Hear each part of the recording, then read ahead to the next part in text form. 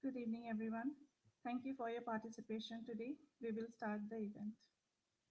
First, may I invite His Excellency Mr. C.B. George, Ambassador of India to Japan, to make opening remarks. Hajime Nichio Nichi Indo Taishi Shibi George Kakka Yori Kai Kainago Aisatsu Itadakimasu.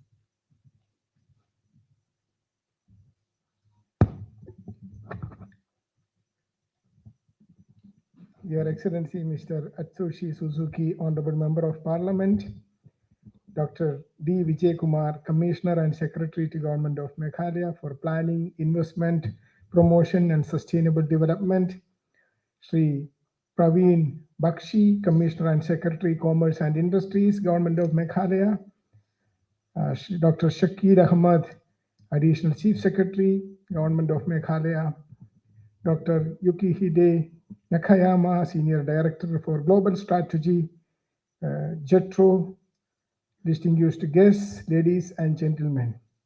A very good evening to all. It's my pleasure to welcome you all today to this seminar, India-Japan Partnership, Northeast Meghalaya, focused on exploring potential collaborations between India and Japan and the opportunities that lie ahead for mutually beneficial partnership between Japan and the state of Meghalaya in the northeast of India. Dear friends, the enduring bond between India and Japan traces back to ancient times, characterized by a profound spiritual connection and rich cultural and civilizational ties. Today, our relations is based on shared principles of democracy, freedom, reverence for the rule of law. In recent years, this dynamic relationship between India and Japan has evolved into a special strategic and global partnership. Initiated in 2014 under the visionary leadership of Prime Minister Mr. Narendra Modi ji and late former Prime Minister of Japan, Mr. Shinzo Abe. And this year we are observing the 10th anniversary of the Special Strategic and Global Partnership, which continues to be reinforced under the leadership of Prime Minister Kishida and Prime Minister Modi. Dear friends, Northeast region, comprising of 8 states, is emerging as a new frontier for India's growth. With an international borders of over 5,000 kilometers and with 5 countries, Northeast is a strategic location and a gateway to Southeast Asia for India. The region's geographical proximity to these countries' vast natural resources, young and dynamic workforce presents immense trade and investment opportunities, which investors can leverage to establish strong trade network, foster economic ties, and tap into region's potential as a vibrant economic hub. Friends, I have a personal connect with Meghalaya. One of my first assignments in Government of India was to spend time as the Assistant Commissioner of Shillong, the capital city of Meghalaya, which I cherish every day in my life. One of the most beautiful capitals of India. Meghalaya, also known as the abode of clouds, falls in one of the richest biodiversity areas in the world. It is known for its steamy jungles and spellbinding cliffs, rushing rivers, unique cultures, delicious cuisines, windswept highlands, and lush, verdant valleys. Nature has blessed Meghalaya with abundant rainfall, sunshine, virgin forests, high plateaus, tumbling waterfalls, crystal clear rivers, meandering streamlets, and above all with sturdy, intelligent, and hospitable people. It's a land of vibrant cultures, lush landscapes, and its people are known for their resilience and warmth. From the misty Khasi and Jaintina hills to the verdant Garo hills, Meghalaya's beauty is as boundless as its potential. Dear friends, Meghalaya offers significant avenues for investment with abundant natural resources.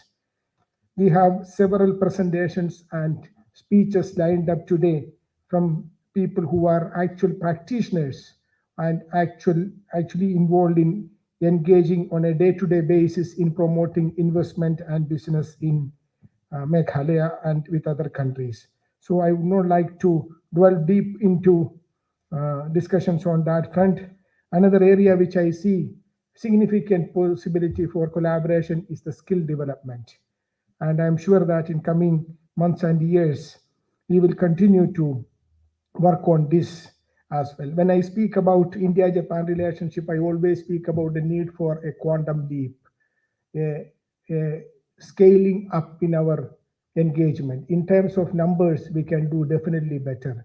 When the fourth largest economy and the fifth largest economy will work together, we can do wonders for our two countries and also for the region and beyond. So in all this, Northeast plays a very significant role. So once again, I welcome each one of you who are present here. I, I wish a very successful and useful interaction today. Thank you and good evening.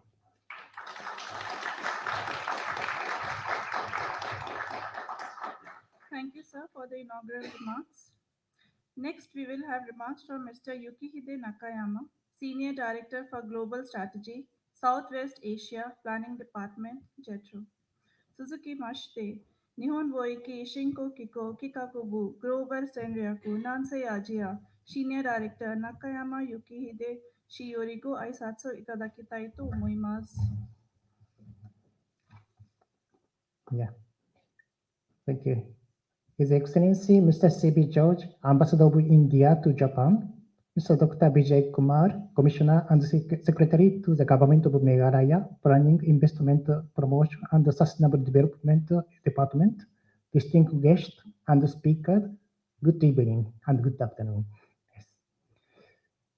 I am Yukihide Nakayama, Senior Director for JETRO, in charge of Global Strategy.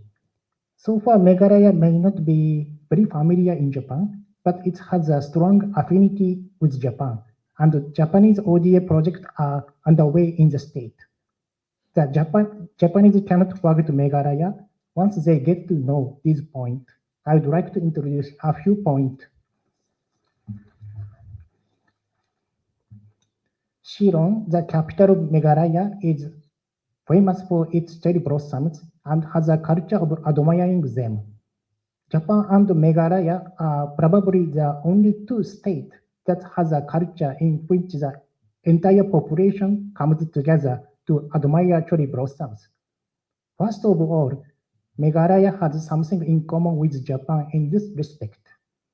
In Shillong, a cherry blossom festival is held in November, attracting tourists from all over the country. Many Japanese people may be tempted to visit Meghalaya just by looking at the pictures of this festival. The existence of the Japanese government's ODA and other aid project is also important to the relationship between Meghalaya and Japan. Recently, on March 14, 2023, the Japanese government decided to provide ODA as grassroots grant assistance project to a community college school in Meghalaya for the construction of water storage tanks, toilet, and hand washing stations. When I visited Meghalaya and chatted with local residents and introduced myself as Japanese, they often mentioned that the infrastructure development in Meghalaya supported by Japan and thanked me for this, which made me feel grateful as a Japanese in Meghalaya. It's my experience. Perhaps the most recent and most impactful Japanese assistance in Meghalaya is the construction of the 19 kilometers long Dhuburi-Prabhari Bridge, connecting Dhuburi in northeast Indian state of Assam with Prabhari in Meghalaya. The Japanese government is also supporting this project with yen loans. Currently, the main means of transportation between the two sides of the bridge is by ferry, which takes about 2.5 hours to travel between the two sides of the river. And the crossing during the monsoon season is very dangerous due to rising water and traffic disruptions. Crossing the river by land would require going back to the bridge located about 16 kilometers upstream, which would take more than 8 hours. The Dhuburi-Prabhari Bridge, when completed, will dramatically shorten the time required to cross the river to about 23 minutes, and will also secure traffic during flood periods, contributing to improved connectivity between Meghalaya and surrounding states and countries. In addition, Meghalaya borders Bangladesh and is geographically important in terms of logistics with Bangladesh as Bangladesh developed in the future. In March 2023, a mission to the northeastern state of India, which included the Director General of JETRO, visited Meghalaya. They felt that Meghalaya had potential as a market. Meghalaya is also famous for its mineral resources, and limestone is transported from Meghalaya to Bangladesh by truck. But the trucks are often empty on their return trip from Bangladesh to Meghalaya.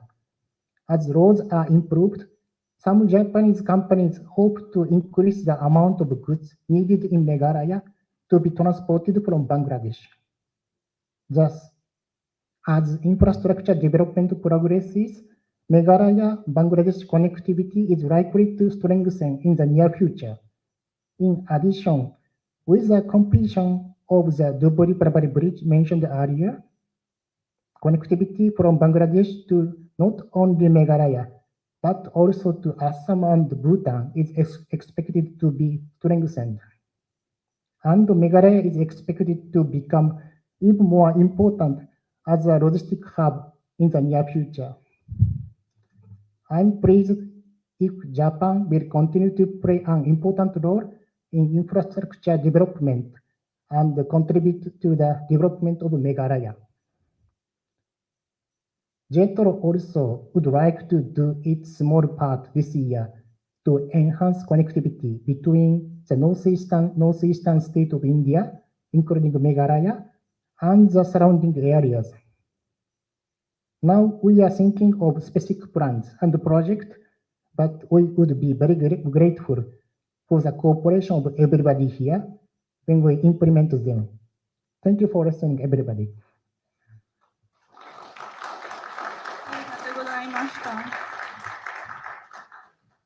Next, we will have a presentation on tourism opportunities in Meghalaya from Dr. D. Vijay Kumar, IAS, Commissioner and Secretary to the Government of Meghalaya, Planning, Investment Promotion and Sustainable Development Department. Suzuki Mashite, Meghalaya Shu, Seifu, Kikakutoshi, Sukshin, Jizoku Kano na Kaihatsu bu D. Vijay Kumar shi IAS によりオンラインでご講演をいただきます。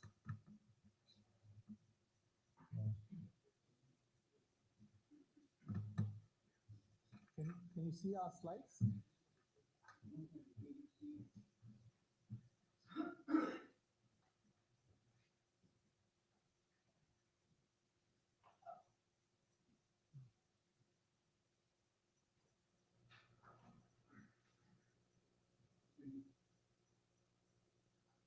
Yeah, we'll share the presentation. Just share the presentation.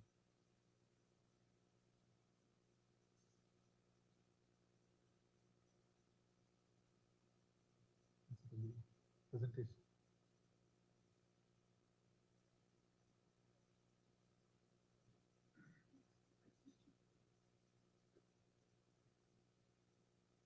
Can you see the presentation now?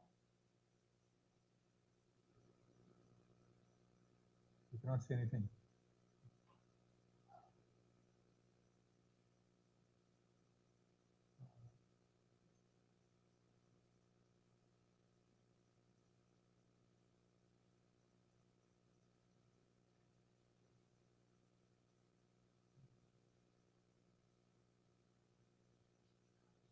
Can you see something now? Can you ask Jatin? Huh? Did you just ask Jatin to share the presentation? While the presentation is set up, I'll start. Very good afternoon to you all. It's still noon here. Our ambassador of India to Japan, His Excellency Mr. Sibi George, Mr.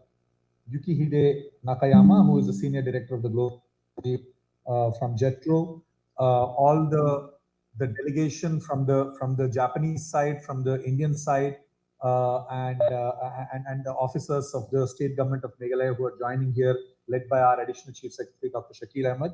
I welcome everyone and thank everyone involved for this meeting on the India-Japan partnership Northeast Meghalaya focus. In fact, I want to place on record the gratitude of the state government of Meghalaya to the Indian Embassy in Tokyo for taking this initiative, for providing this opportunity for us to share what Meghalaya has to offer. Both our ambassador, Mr. George, and Mr. Nakayama have already listed out the deep cultural and similarities that Japan and the northeastern region of the country, especially Shillong and Meghalaya, share, and the ongoing initiatives in terms of development that are supported by Japan, both from the side of JICA and from various other fora. So there are a number of opportunities in which there is already tremendous support that the Japanese government and the Japanese agency are according to the Northeast India. So I'll take this about 10 minutes to present what we have, what is the offering from the tourism side. Can you see the presentation now?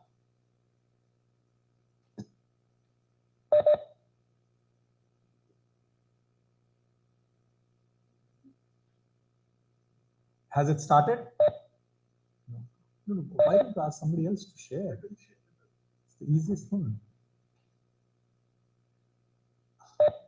I mean, somebody can go to the other room and just share it, yeah? Join the thing and share.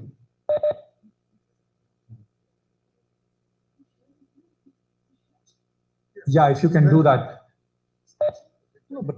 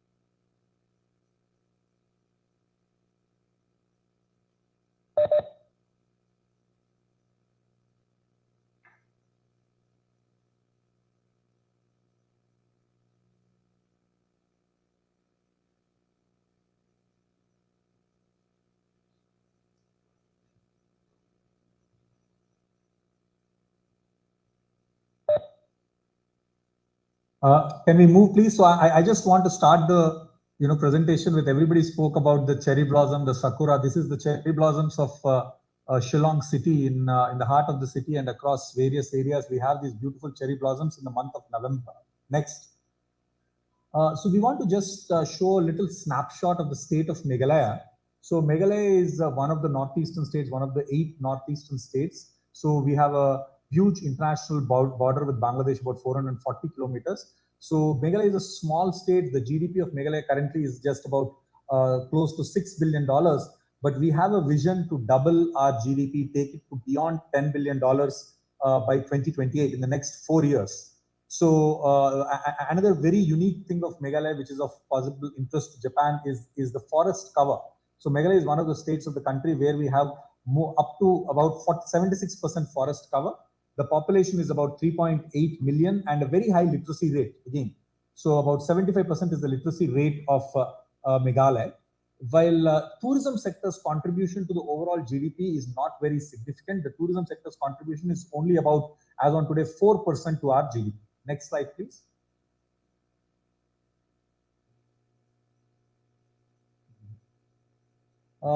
We just tried to show where Meghalaya stands in terms of the tourist footfall nationally. If we break down the tourist footfall among the various states of the country, Meghalaya, again, because we are a small state, our tourist footfall is close to just about 10 lakhs in 2022, and we are among the 27th among the Indian states in terms of tourist footfall. Next.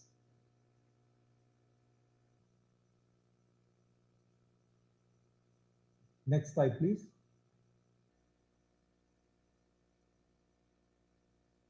So here we want to do a little bit of a deep dive into the tourism sector. So our key focus areas are leisure, adventure, wellness, heritage and music, festivals, eco and nature based, because I already spoke about the huge forest cover that we have. So today tourism employs about 50,000 people. Our goal is that to double this number by 2028. Today, Meghalaya gets about 14 lakh tourists. Our goal is to increase this number to 20 lakhs by 2028. Today, the duration of stay, when tourists come to Meghalaya, they are staying on average for about 3 days. We want this number to go up to 7 days. We want to make tourism more experiential because there are a large number of products that Meghalaya has to offer, and we want tourists to take advantage of that. Then there is the contribution of tourism to GDP. We want this to increase to about 15% of the GDP. Today, tourism's contribution is only about 4% of Meghalaya, the state's GDP. So, and the graph here shows the tourist footfall. So, while pre-COVID it was about 10 lakhs, today it has picked up. The growth rate has been quite substantial. Almost, we've seen a 40% growth rate. Today we are at 14 lakhs, 13.9. So, as we move along, we expect the tourist footfalls to increase quite dramatically. Next, please.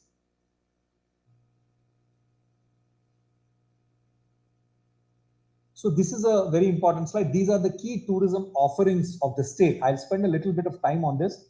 We are known for the waterfalls and rivers. So Meghalaya, because of its topography, so there are hills and valleys. So there are pristine rivers.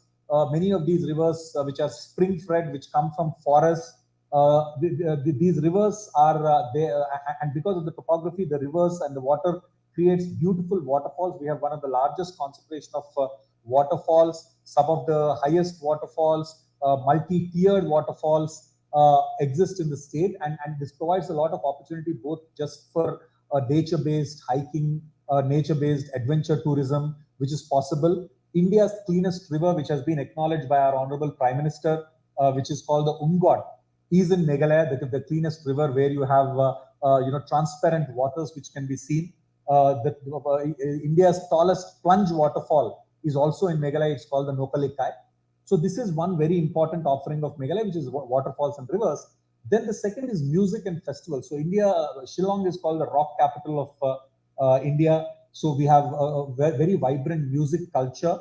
We are organizing a large number of festivals. In fact, during the cherry blossom season, in fact, November is the most important tourist season in the state. So at that time, we organize a massive cherry blossom festival with a lot of international artists performing. It is today maybe the third largest festival in India in terms of music festivals. We want to make it as the biggest festival in the country. And then November is also the time of post-harvest time. So there are a number of Thanksgiving festivals which are organized by the various tribes. We have the Kasi, Garo and the Jaintia tribes. All of them, they have their major post-harvest Thanksgiving festivals around that time. A third important offering, which is adventure tourism with special focus on caving. Meghalaya has the largest caves network in the entire country and some of the largest caves in the world. In fact, an interesting point to note is that we live in terms of geological time scales. The current time scale in which we are all living is called the Meghalayan. So it comes from Meghalaya. The evidence for this cataclysmic climatic event was found in one of the caves in Meghalaya. So based on that, the current geological time scale is named as the Meghalayan. So we take great pride in protecting our caves, promoting very sustainable, high-value tourism through these caves. In fact, we have the largest cave in India, the sandstone cave, which is called the Krempuri. We have caves where you can do diving and swimming over large distances. There are caves with about 5 to 10 kilometers of swimming that is possible inside, which have already been explored. So by involving the local communities, we take tourists into these caves in a very systematic and sustainable manner. So that's a big offering that Meghalaya has to do. And the last offering is the eco and cultural tourism. So the photo that we see there is of the double-decker root bridge. So we have the root bridges, which are bridges made from the ficus trees, natural bridges to help cross the streams and the waterfalls, which are built by communities. These bridges are some of them are hundreds of years old. So and they are unique attractions. We are trying to get them enlisted as UNESCO World Heritage Sites. So this is another very important offering, and I don't know if the Japanese friends will agree or not, but the cleanest village in Asia is supposedly in Meghalaya. So this is a village called Maurinong. This has been acknowledged in several newspaper articles written by various sources that this is probably one of the cleanest villages in Asia. So we have several clean villages. So we have a unique village called a whistling village, where people, instead of addressing each other by names, they have tunes through which the mothers make the tunes for children, through which they address their children. So next slide, please.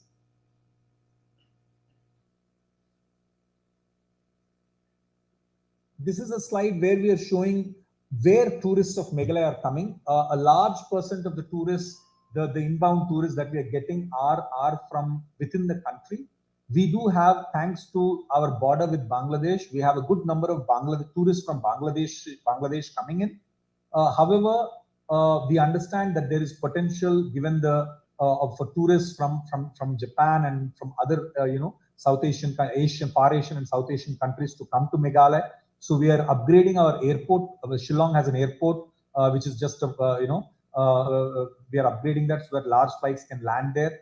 Then there are helicopter services available to go to the remoter areas of the state. Next. Do you want to play this film? How long is it? No, okay. We can skip to the next part. Next slide, please. Next slide. You already have a video of it. Yeah. Again, this is a little bit of an elaboration of what I explained on the product mix. Let's move to the next slide, please.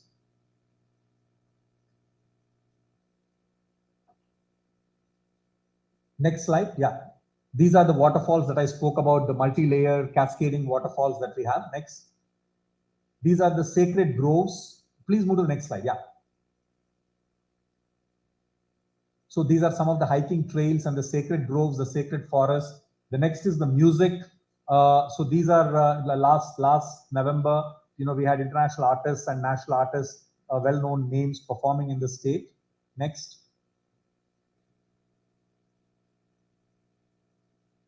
These are some of the snapshots of adventure, which I already explained. Next.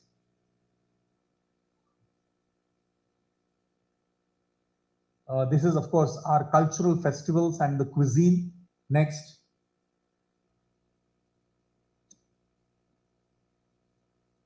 So I want to spend a moment here on the cultural similarities. Our Honorable Ambassador already spoke about the similarities that exist. So just to name a few, of course, the cherry blossoms, the sakura has to be the number one. While in Japan, I believe, so April is the peak, is the cherry blossom season during spring. We have cherry blossoms in autumn, in November. So in fact, there are linguistic similarities. The word for the river is almost the same in both Khasi and Japanese. The houses here, so what we call the Assam type houses, actually they are Japanese. They have Japanese roots after the earthquake in the early 20th century. So architects from Japan were called into the Northeast India to build houses. So that's how the Assam type house has all these Japanese style elements. Bamboo is a very important aspect in both the cultures. Forest and forest worship, the sacred groves that we have here. So again, and the Japanese concept of forest bathing and forest worship are all comparable. And the symbol of the Khasi Hills, the traditional symbol is the rooster. So this is again a very common theme in Japanese art. And a lot of young Northeasterners, especially kids in Shillong, so they are huge fans of anime, cosplay, the Japanese food, music, movies, and a whole bunch of new age cultural similarities, cultural exchanges are ongoing. Next.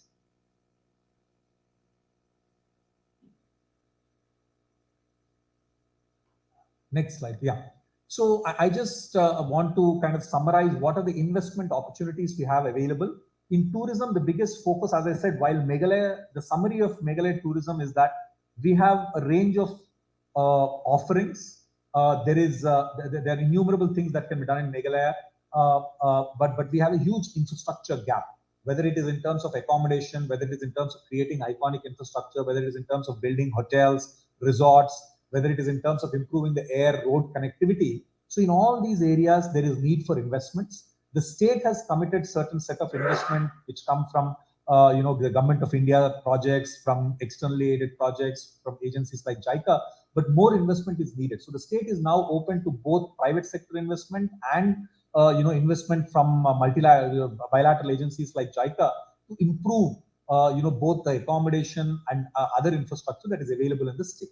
So in the interest of time, I have a longer presentation, but I think I'll stop here because the investment opportunities is there in the investment presentation also. So I thank everyone for this opportunity and look forward to the conversations. Thank you so much. Thank you, sir. Next, I would like to have an online remarks from Dr. Next, we will have an online presentation from Shri Praveen Bakshi, IAS, Commissioner and Secretary, Commerce and Industries, Government of Meghalaya. I think I've concluded my presentation. If we can move to the next item in the agenda.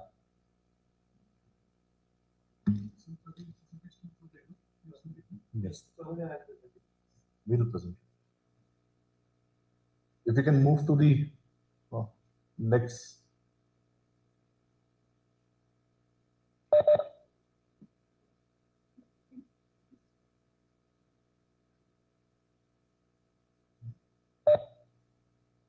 So the next presentation, we'll be sharing it from our end. If you can close this. If you can close this at your end, we can share it from our end.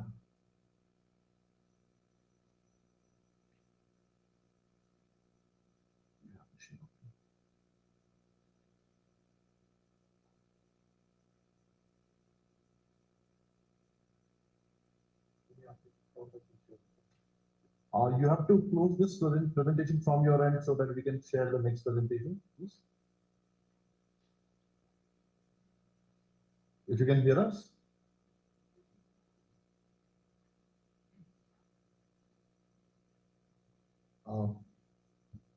Team from Tokyo, can you hear us?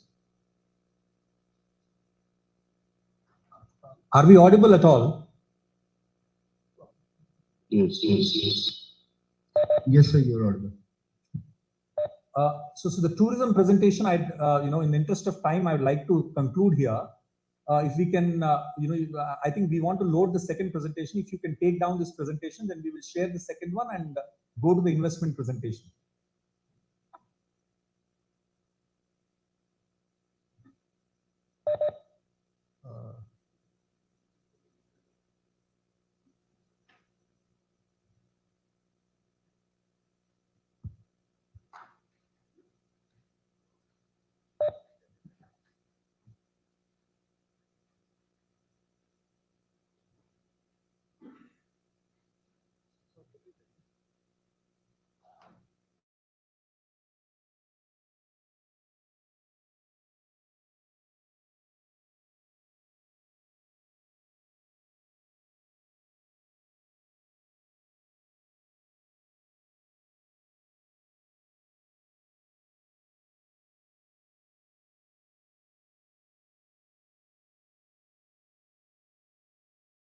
Bakshi here. I am the Commissioner and Secretary, Commerce Industries, Government of Meghalaya.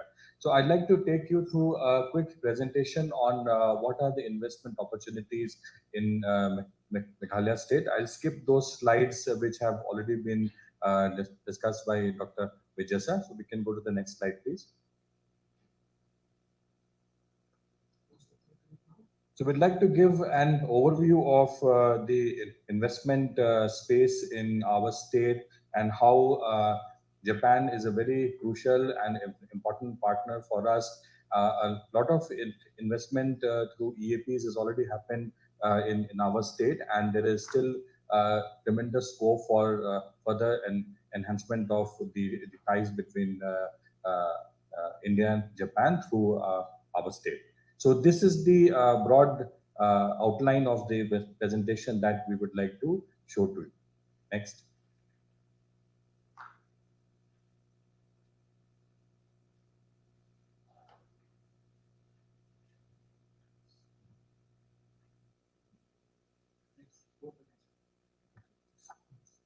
Next, please.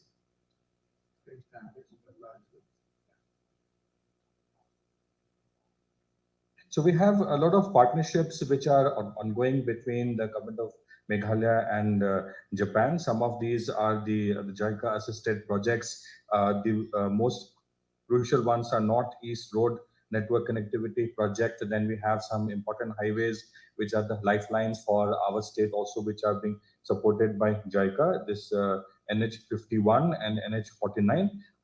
Very big in investment and which is very crucial for regional connectivity is Dhubri-Fulbari Bridge, which in a matter of 3 years, it will become functional. It will open up the scope of trade between our state and neighboring states, and then even beyond in the country. We just had a BBIN conference also, which was supported by ESCAP a few months back, in which it was also listed as one of the most crucial projects of the state government, and if I may say, between India and Japan. Then also on forest, we have this community-based forest management and livelihood improvement project, which is Meg Life in our state. This supports sustainable forest management and community development, which is at the core of it. So as is well known, we have a very robust forest cover in our state, and much of it is community forest. So the involvement of the community in preservation of this forest is one of the singular focuses of this project.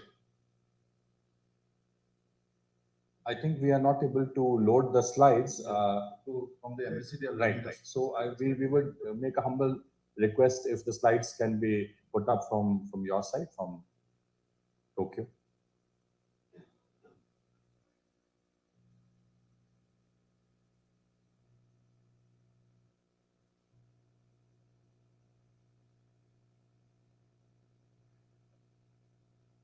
In the meantime, I'll just give a quick wrap up of our state, the strengths of our state. So with population of 38 lakh, that is 3.8 million, Meghalaya is a vibrant state.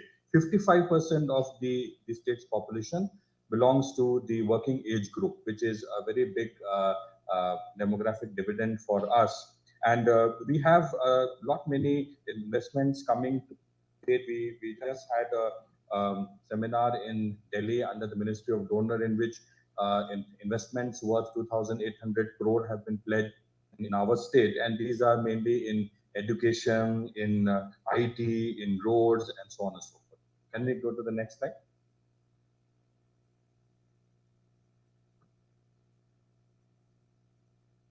Next. Yes.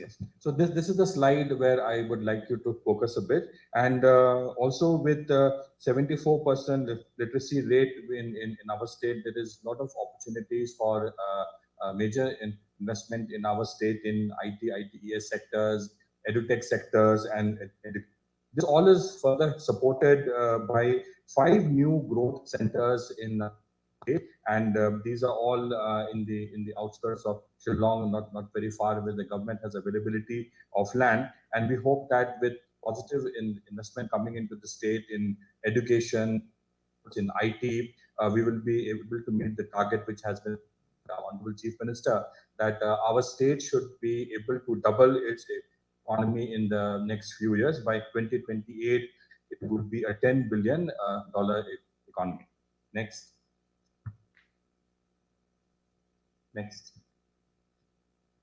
So to boost this $10 million economy that we have pledged, there is need for a lot of investment, basically private sector investment, which has to flow in our state. And to work on this, the state government has come up with an ecosystem in the form of industrial policy, and further support from the side of the state government is coming from the central government in industrial policy also, which is called Unnati. And with that, we hope that Meghalaya would be an emerging business destination, not just for investment in the country, but investment which is coming from other parts of the world also.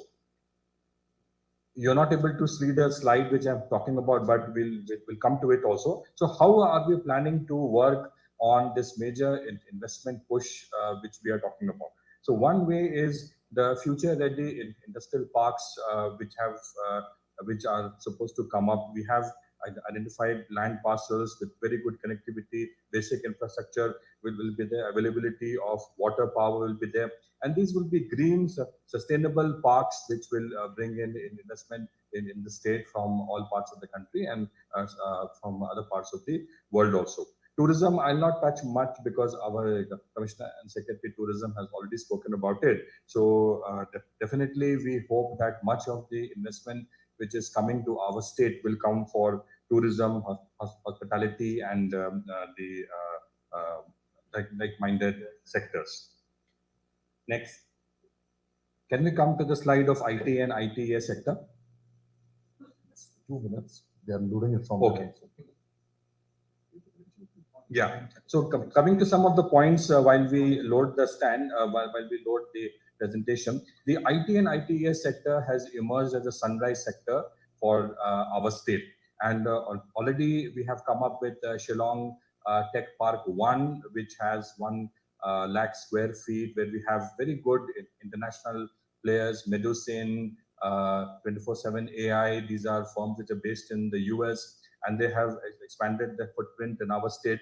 We are also working on Technology Park 2, which is 1.5 lakh square feet, which is also going to come up in less than 6 months to 1 year's time. And they have all dedicated plug and play facilities. There is a lot of scope for KPO, IPO, and IT sector in these places.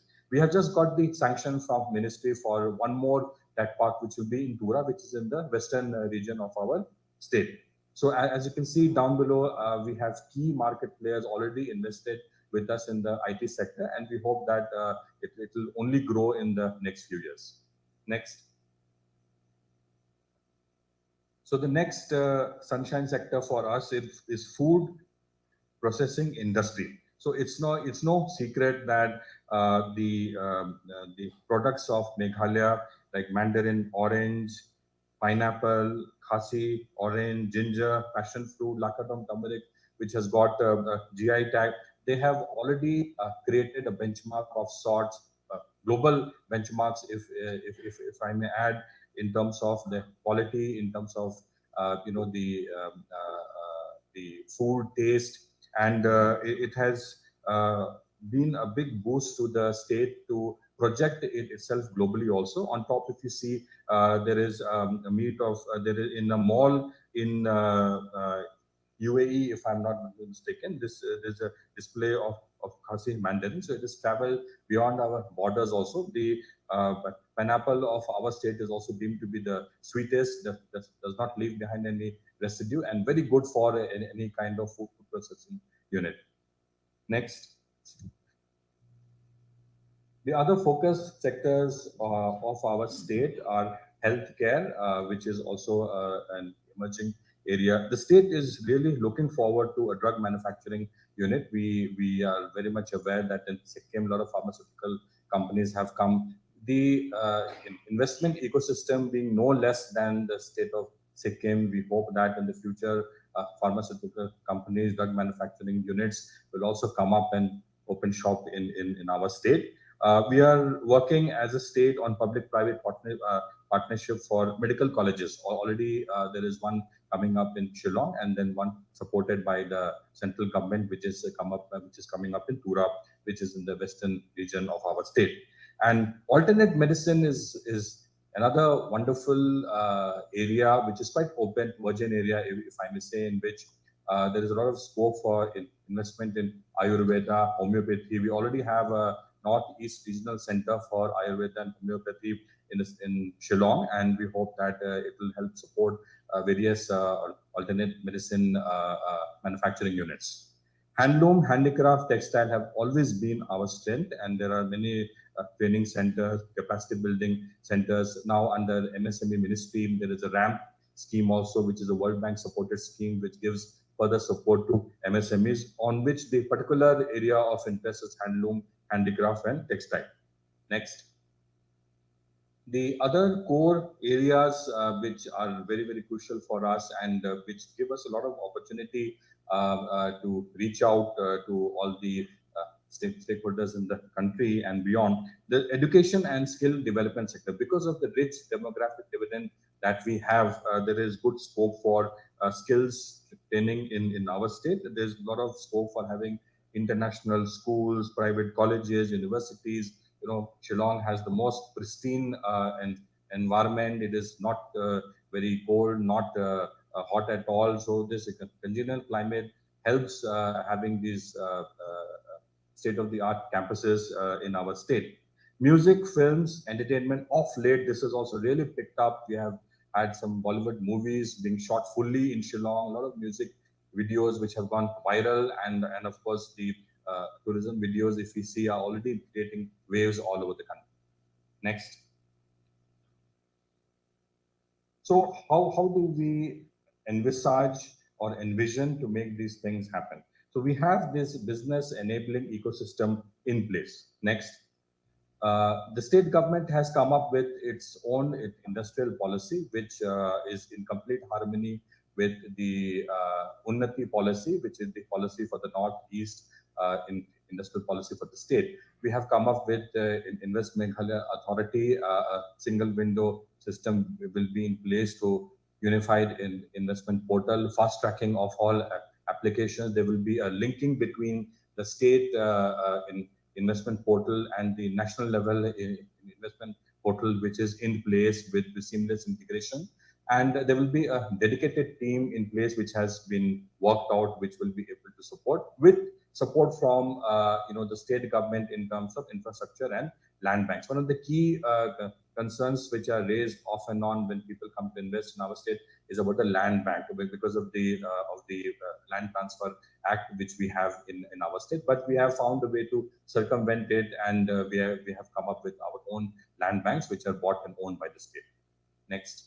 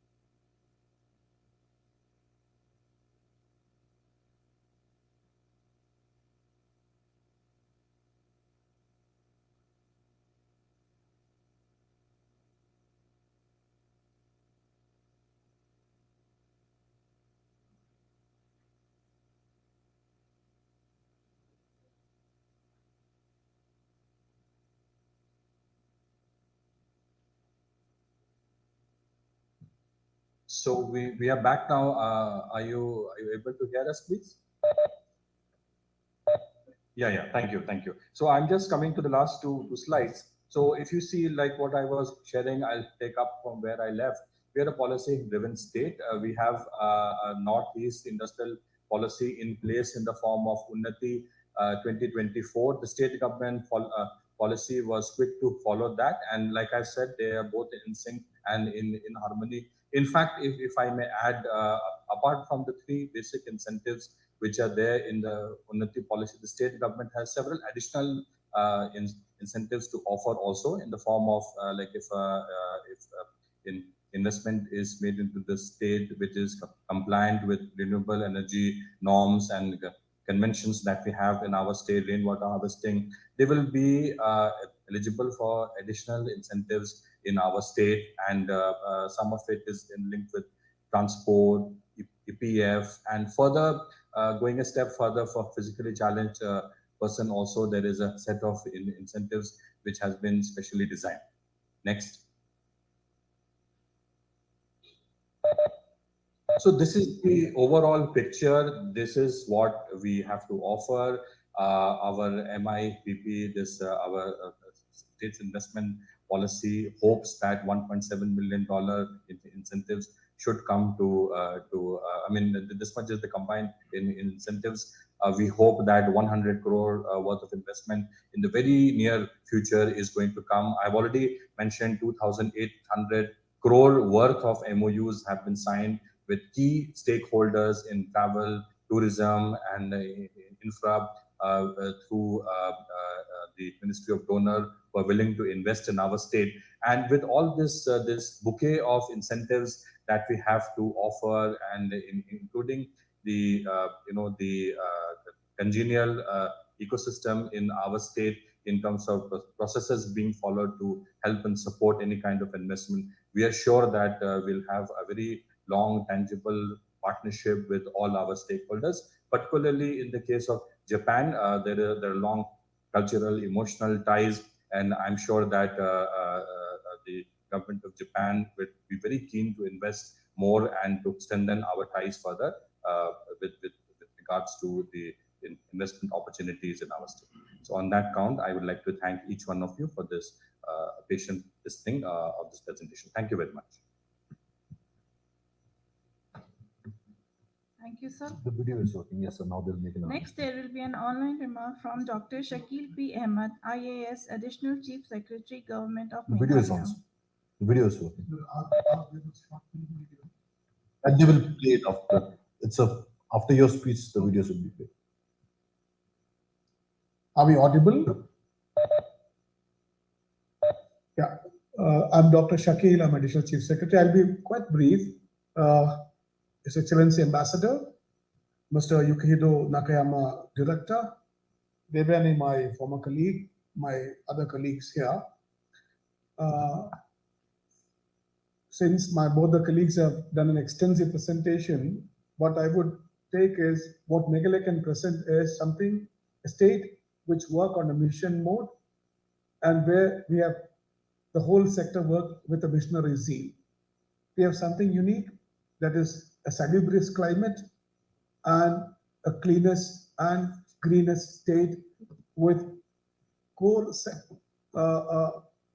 focus on hospitality and health sector, where skilling could really make a difference. My request to His Excellency Ambassador and the team interested in investment is, Meghalaya is something which is, it's very ecologically sensitive, but the fertility quotient is the highest in the soil. We have one of the most organic cultivation scenario, where probably the traction for organic buckwheat, organic sugar beet, and organic produce, even citrus, from Meghalaya could be quite large. Due to limitation of land space, we should focus more on high value, low volume products. So this would be the area where we could really focus and work on. I would urge the way the Kagomi company worked in Nasik in Maharashtra, started with tomato, and they carried the whole portfolio to in processing, packaging, and exporting to several countries, including Africa. We can actually model something similar to that in Meghalaya if companies are willing. Land parcels are available, and we would be more than willing to support it. Already YATS is working with us on shiitake that paved the way, and we should work together in sectors of hospitality, tourism, agri and allied sector, and probably in textiles and others. With these words, I will conclude. Maybe any questions after the video, we are here to answer. Thank you very much.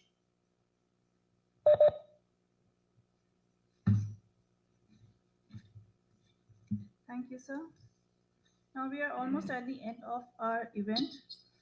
At the end, we would like to show a video screening on Meghalaya tourism.